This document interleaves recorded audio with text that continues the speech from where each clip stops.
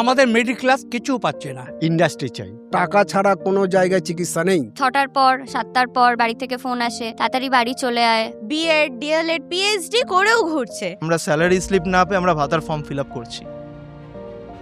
Vote মানেই তো প্রতিশ্রুতির বন্যা। সমস্ত দল কথা দিচ্ছে আমার আপনার মতো মানুষকে ভালো রাখার। তবে সাধারণ মানুষ কি চাইছেন, তারা কি বলছেন, চলুন খোঁজ নেওয়া যাক।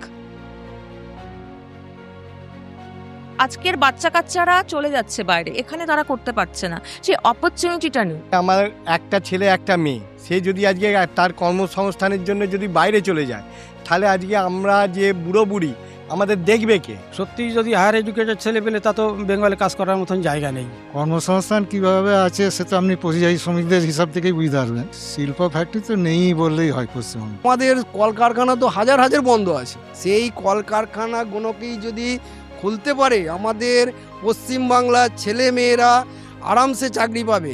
নতুন ইন্ডাস্ট্রি না হলে এমপ্লয়মেন্ট হবে না। সরকারি যে সমস্ত স্কুলগুলো রয়েছে সেগুলোতে কি রয়েছে আপনি নিজেই বলুন না, কিচ্ছু নেই, নাথিং।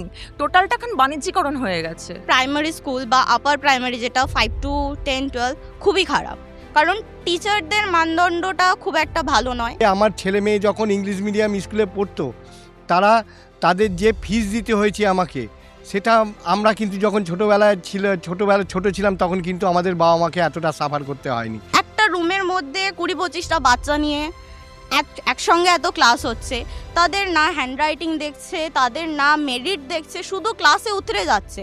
ক্লাস 8 থেকে 9, 9 থেকে 10 ফেল করে করে চলে যাচ্ছে। কি করে যাচ্ছে? স্বাস্থ্য ব্যবস্থা থেকে একদম অনেক পিছিয়ে রয়েছে। আমরা আমাদের সরকারি হাসপাতালে গেলে কিন্তু আমরা ঠিক মতন পরিষেবা পাই না। তার মানে গভর্নমেন্ট হসপিটাল পরিষেবা কি একদম দিচ্ছে না? তাহলে এই লক্ষ লক্ষ লোক আমাদের বড় বড় হসপিটালগুলিতে কোথা থেকে আসছে?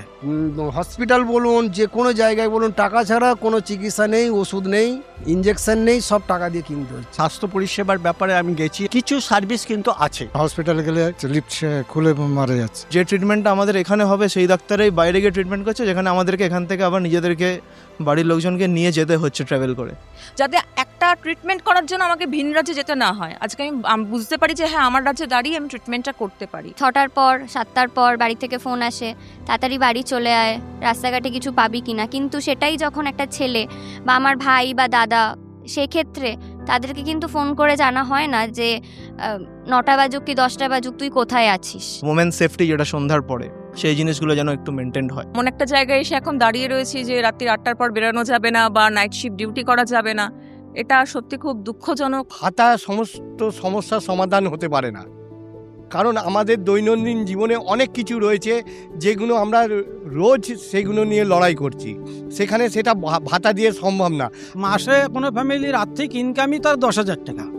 সে যখন 3 জন তার ফ্যামিলি থেকে ভাতা পাচ্ছে, এক ছেলে এক মেয়ে, আর সঙ্গে তার বাড়ির মহিলার লক্ষ্মীর ভাণ্ডার, গড়ে গিয়ে 3-15-4500 টাকা তার বাড়ি ঢুকলে কিন্তু তার 15,000 টাকা মান্থলি ইনকামে পৌঁছাচ্ছে। পরবর্তী প্রজন্ম যাতে ভালোভাবে বাঁচতে পারে, ভাতার ওপরে যাতে না বাঁচে, যাতে সে নিজের মূল্যায়নটা নিজে করতে পারে, নিজের পায়ে দাঁড়াতে পারে, এটুকুই আমরা চাই। আজকে আমাদের যদি ইন্টেরিয়ারে যাই, সেখানে একজন মহিলা হয়তো যে টাকাটা পাচ্ছে তার কাছে এটা অনেক বিরাট ব্যাপার। যে অ্যামাউন্টটা ভাতা দেয় সেটা আমি চাকরি না করলেও আমার বাবা মা আমাকে তার থেকে বেশি দেবে। ভাতা হিসেবে ধরা থেকে রাদার আমরা ইনসাল্ট হিসেবে ধরতে পারি, যেটা আমাদের ফেলিয়ার। ভাতা দিচ্ছে এটা ঠিক খারাপ নয়, আবার খুব ভালোও নয়, কারণ আমাদের মতো উন্নয়নশীল দেশে যত বেশি ভাতা দেওয়া হবে তত মানুষ বেরোজগার হবে। আমি চাইবো আগে আমার ছেলে মেয়েদের তাদের অন্ততপক্ষে বেঙ্গলে তাদের কর্মসংস্থানটা, যেটা সবচাইতে আমার আগে দরকার। আমাদের স্বাভাবিকভাবে পরিবর্তন এই সিন্ডিকেট রাজদের ভেঙে বেরোয় আসতে, যাতে আমাদের সাধারণ লোক সাধারণভাবে বাঁচতে পারে। পরিযায়ী শ্রমিকরা বাইরে না থাকে, এখানে থেকে তাদের পরিবারের সঙ্গে সময় দিতে পারে। ছেলেদের মেয়েদের যেন বাড়ি বাড়ি গিয়ে ভেরিফিকেশন করে কোন ছেলে মেয়ে ভালো পড়াশোনা করেছে, তাদের ডেকে ডেকে চাকরি দিক। শিল্পটা আগে দরকার, কাজকর্ম দরকার।